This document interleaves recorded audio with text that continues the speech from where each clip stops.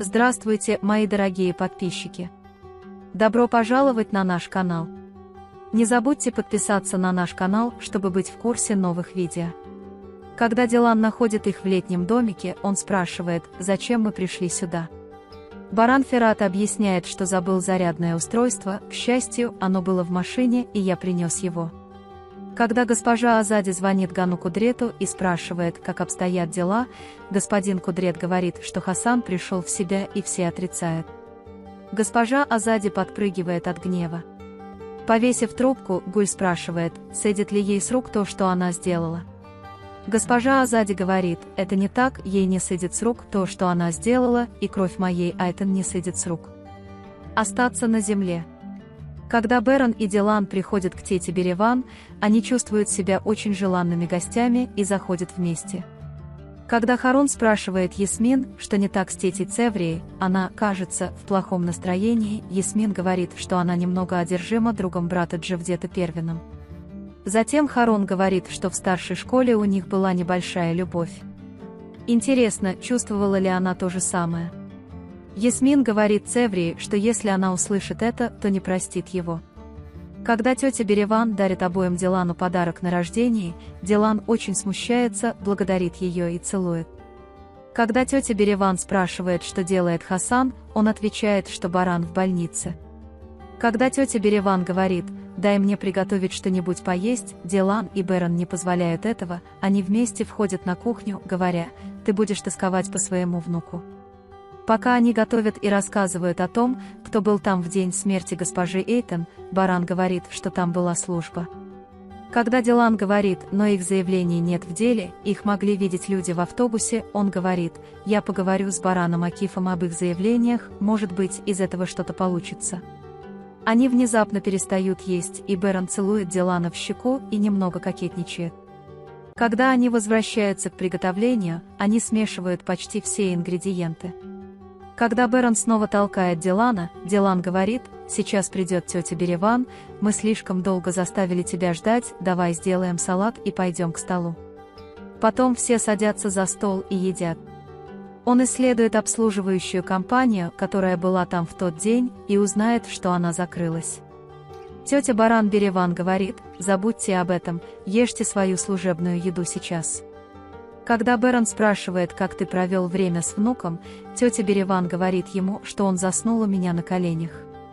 Затем, съев лапшу, он почувствовал тяжесть и встал из-за стола, чтобы я могла немного отдохнуть. Когда Дилан говорит о том, как связаться со свидетелями в автобусе, Беран останавливает ее и заставляет съесть еду.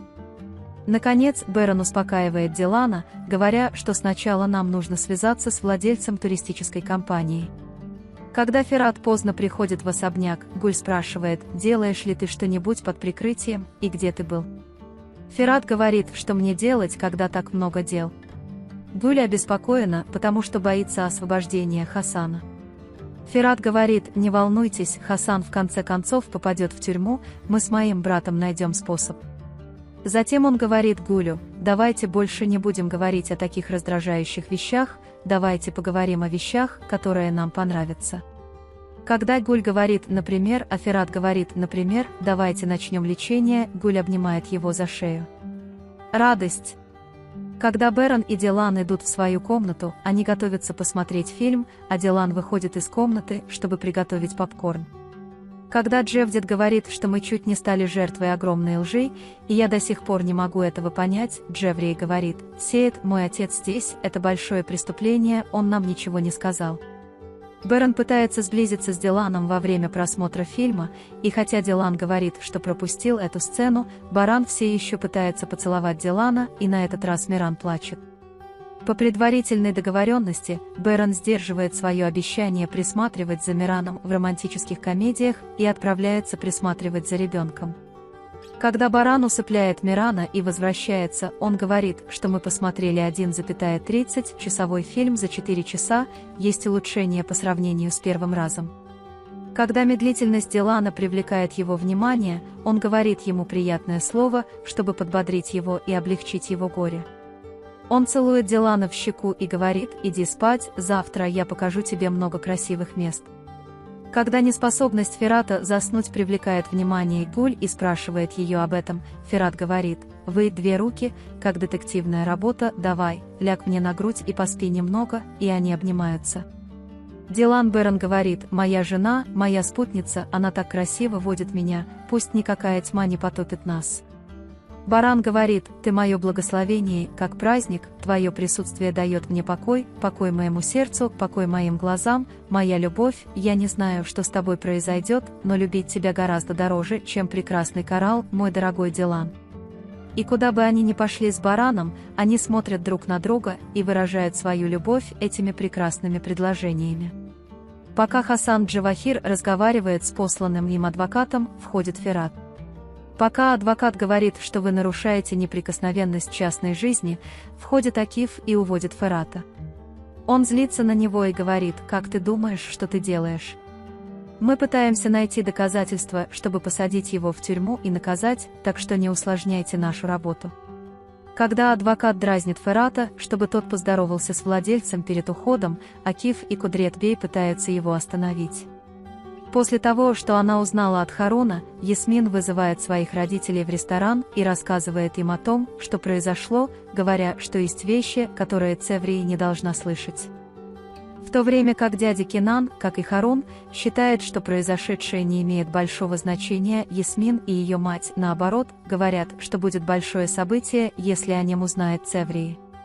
Тетя Береван готовит завтрак, и они все садятся вместе и приятно завтракают. Когда тетя Береван говорит, что после завтрака вам, мужу и жене, следует выйти и насладиться окрестностями, я позабочусь о Миране, Дилан говорит, что это было бы неплохо, но если она заплачет, немедленно позвоните мне, хорошо? Тетя Береван говорит: «Конечно, дочка, для нее такая погода очень хороша. Если мать накормит ее и бросит, проблем не будет». Пока Харун и Ясмин говорят о своих финансовых проблемах, господин Кинан подслушивает и говорит, что если вам нужны деньги, не делайте долгов, просто скажите мне, и я разберусь с этим. Харун говорит, что в этом нет необходимости, и благодарит его. Дилан и Бэрон идут рука об руку по рынку. Когда я говорю, что раньше было приятно гулять по этому рынку, Бэрон отвечает: «Тогда ты мне никогда не говорил». Дилан говорит: «Я тогда тоже не знал об этом, пока тетя Береван не спросила». Они думают, что встретились при очень сложных обстоятельствах и вместе пережили трудные времена. Они обмениваются любящими взглядами и продолжают путешествие. Они идут в ювелирный магазин, выбирают друг у друга кольца и надевают их на пальцы. Госпожа Азади приходит в больницу рассерженная и входит в Хасана. Когда Хасан видит ее, он улыбается, говорит «мама» и пытается сесть. Затем, когда она попросила о помощи, госпожа Азади сказала: «Могу ли я с этого момента протянуть тебе руку помощи? Хасан, если ты совершил грех, по крайней мере, скажи, что я сделала это для того, чтобы те, чью жизнь ты сделал несчастной, так далеко может вдохнуть спокойно». Когда Хасан спрашивает: «Мама, ты пришла спросить именно об этом», госпожа Азади отвечает: «Ты слушала то, что я тебе говорила до сегодняшнего дня. Я всегда винила в этом твоего отца и себя». Хасан говорит: «Ты всегда брал Кудрета наверх, ты говорил, что с Хасаном ничего не будет, и отбрасывал его. Если я не стал мужчиной, то это не из-за тебя. Он злится, потому что ты заблудился, став лидером племени». Хасан говорит: «Я бы хотел, чтобы ты не смотрела на меня свысока в этом больном состоянии, мама, ты уже сделала то, что делала до сих пор.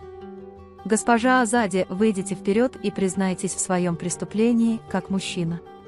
Если вы скажете, что в вас нет мужественности, с этого момента вы будете держаться подальше от Карабеев.